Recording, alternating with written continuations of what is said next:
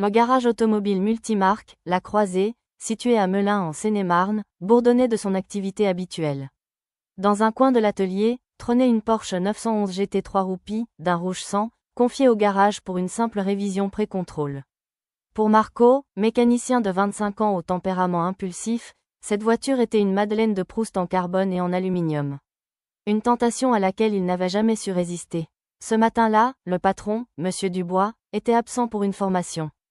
Saisissant l'opportunité, Marco, sous le prétexte fallacieux d'un « test des freins après la vidange », s'installa au volant. Son téléphone était déjà calé sur le tableau de bord. Il ne savait pas piloter une telle machine, mais il savait très bien filmer pour les réseaux sociaux. Sur la Nationale 6, dégagée à cet instant, l'envie fut plus forte que la raison. Il appuya à fond. Le hurlement du Flat 6 fut sa récompense immédiate. Pendant 3 minutes d'une euphorie aveuglante, il slaloma entre les voitures, frôlant 2 fois l'accident, le visage crispé par l'adrénaline et la peur. Il avait tout filmé. Et le soir même, la vidéo, montée en musique et estampillée « Daily Dose of Horsepower #Garage La Croisée », était en ligne sur son compte TikTok personnel, mais public.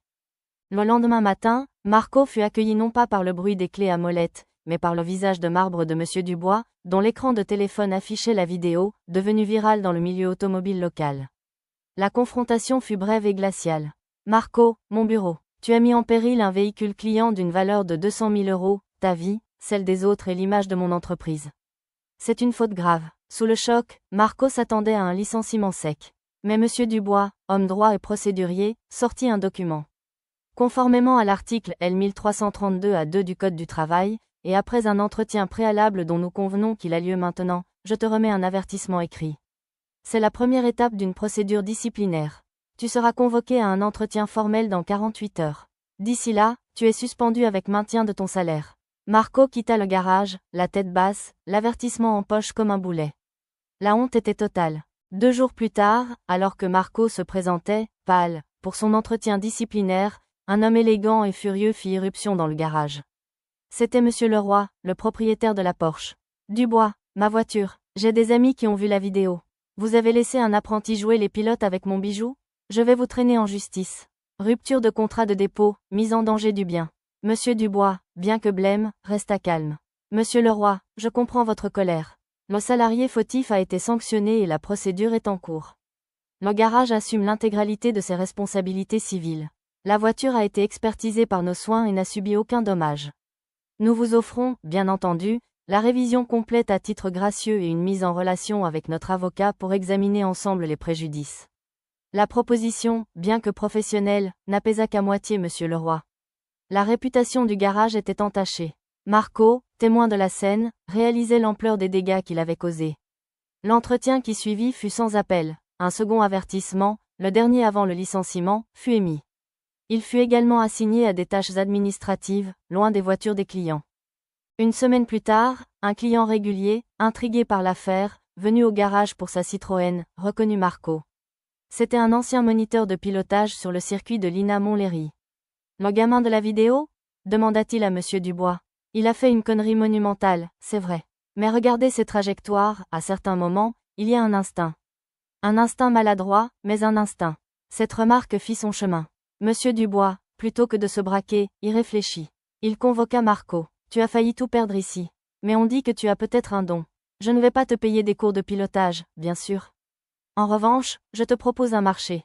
Le responsable de la piste de Montlhéry est un ami. Tu vas y aller, sur ton temps libre et à tes frais, pour suivre une formation de conduite sécurisée. Si tu obtiens le certificat, et si tu démontres un changement d'attitude profond, on révisera ta position ici. Pas de promesse, juste une chance. » Stupéfait, Marco accepta. C'était une bouée de sauvetage inespérée. Alors que Marco commençait sa formation à Montlhéry, apprenant le respect de la machine et de la sécurité, une enveloppe bleue arriva au garage. C'était une convocation au tribunal de police de Melun. La préfecture avait eu vent de la vidéo et avait engagé des poursuites pour excès de vitesse et conduite dangereuse sur voie publique. Le garage, en tant qu'employeur du conducteur, était tenu pour responsable civilement. Monsieur Dubois et Marco durent comparaître. Le juge fut sans appel pour Marco, amende forfaitaire majorée, retrait de 6 points sur son permis de conduire et stage de sensibilisation à la sécurité routière à ses frais. Le garage, quant à lui, fut condamné à verser une amende pour défaut de surveillance de son employé, conformément aux articles 1240 et 1242 du Code civil sur la responsabilité.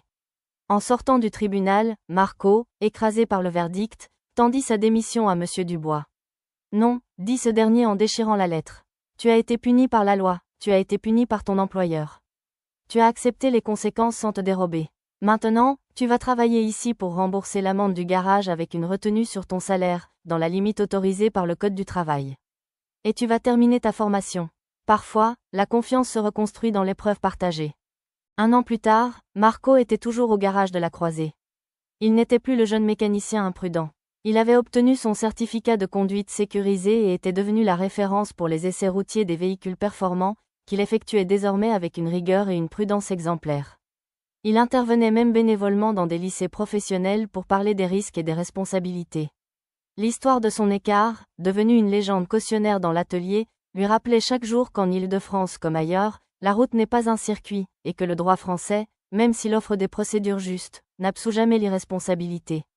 La confiance de M. Dubois, qu'il avait cru perdue à jamais, était devenue le bien le plus précieux qu'il avait gagné.